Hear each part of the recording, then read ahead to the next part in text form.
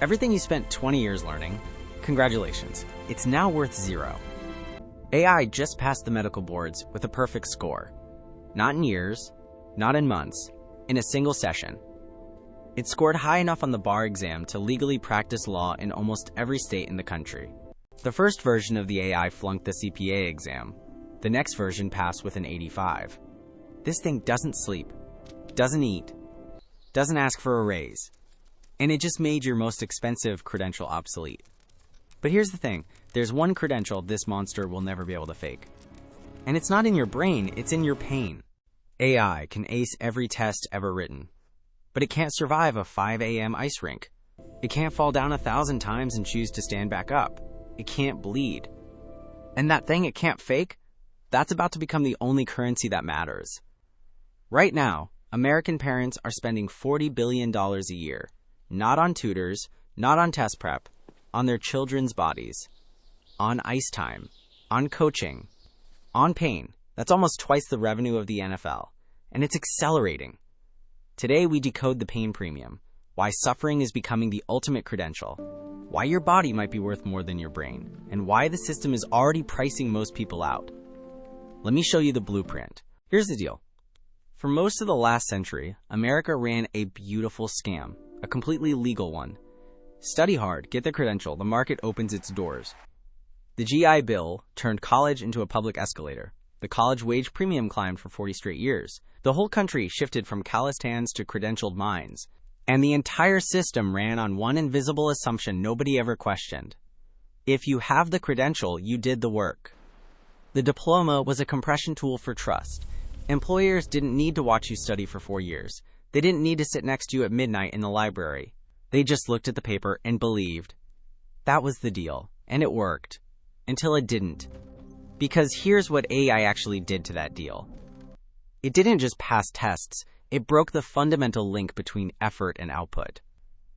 Before AI, if someone handed you a brilliant legal brief, you could reasonably assume they understood the law. If someone passed a licensing exam, you could assume they earned it. The output was proof of the input. That was the whole architecture. AI severed that connection. Now, a perfect essay can come from someone who can't write a coherent paragraph. A flawless financial model from someone who doesn't know what a balance sheet is. A passing bar score from a machine that has never experienced justice or injustice. When output proves nothing, the market starts desperately searching for signals that can't be faked. And that search led somewhere no one expected. While AI was walking through every exam ever written, something strange was happening on the other side of the economy. American parents started pouring money, historic, almost irrational amounts of money, into their children's bodies. $40 billion a year. Flowing through youth sports, not test prep, not tutors. Bodies. The average family now spends over $1,000 a year on one child's primary sport, up 46% in just 5 years. That's twice the rate of inflation during the same period. Hockey families average $2,500, some report $25,000 a year. And then there's elite figure skating, the sport that makes everything else look affordable. $35,000 to over $100,000 per year, per child. 5 coaches, 6 days a week. Custom skates at $1,500 that need replacing every few months. $10,000 costumes. $5,000 choreography fees. Ice time. Ballet. Off-ice conditioning. Travel. Hotels. Physical therapy. Olympic skater Elisa Liu's father estimates he spent between $500,000 and $1 million total on her training. She started at age 5. She still wakes up at 5 every morning. She has never once said she doesn't want to go. 1 in 5 parents are going into debt for this. 20% have had to quit entirely because they couldn't keep up. Now here's the question, are these parents delusional? 83% believe their child can compete at the collegiate level. Only 2% of high school athletes receive NCAA athletic scholarships. The math is brutal, but the instinct is right. Because what they're buying isn't a scholarship. It's not a path to the pros. They know the odds. They're buying proof. Proof that cannot be generated. Proof that no algorithm can replicate. Proof that no chatbot can fake. Proof that their child showed up, suffered, and kept going. That parent sitting in the frozen bleachers at 5 in the morning isn't crazy. They're early. So why is suffering suddenly the most valuable thing in the economy? Because pain is a signal, and it's the last signal the market can still trust. Think about what elite athletic training actually produces, not trophies, not stats, something far harder to quantify. Universities started calling them non-cognitive skills. Corporate HR has 12 buzzwords for it: grit, resilience, stress inoculation, but all of it means the same thing. Can you show up when it's miserable? Can you push through physical pain when every nerve in your body says stop? Can you make a high-stakes decision in 0.2 of a second under pressure and live with the result, win or lose? These aren't things you can test on paper. They're not things AI can generate. And increasingly, they're exactly what elite institutions are actually selecting for. An athlete with 10 years of elite training is, from an institutional perspective, pre-verified hardware. Not tested for what they know, tested for what they can endure. Here's what makes this different from every credential that came before. Your bar exam score? A, I already beat it. Your GPA? A, I wrote better essays than you in 30 seconds. Your resume? A, I can rewrite it right now, better than you'd write it yourself. But your resting heart rate after a decade of endurance training? The grip strength developed over 10 years of gymnastics? The reaction time honed through thousands of hours of competitive pressure? The specific scar on your shin from the tackle you got back up from? Those are yours. And only yours. No prompt produces them, no shortcut bypasses them, no model can accumulate them overnight. This is the real equation. AI made knowledge free. Knowledge used to be expensive because it was hard to verify. The credential was the shorthand. The diploma was the proof. AI made the proof worthless. And now the market is doing what markets always do when one currency collapses. It finds the next one.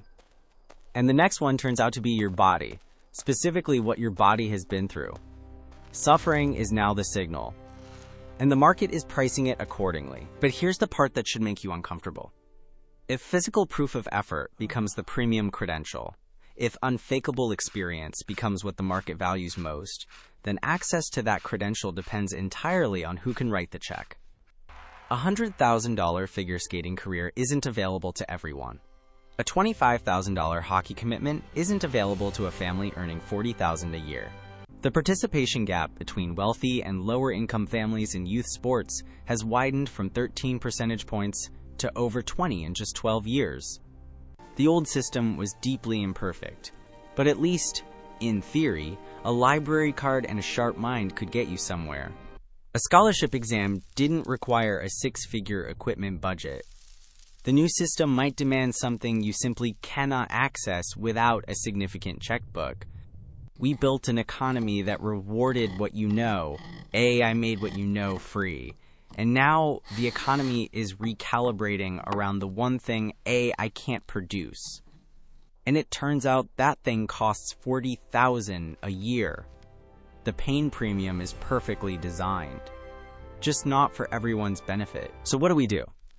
Here's what the system doesn't want you to figure out. The pain premium isn't really about money, it's about proof. And proof doesn't require a membership fee. The market is trying to commodify suffering. It wants to package discipline, rebrand it as elite training, and sell it back to you at $40,000 a year.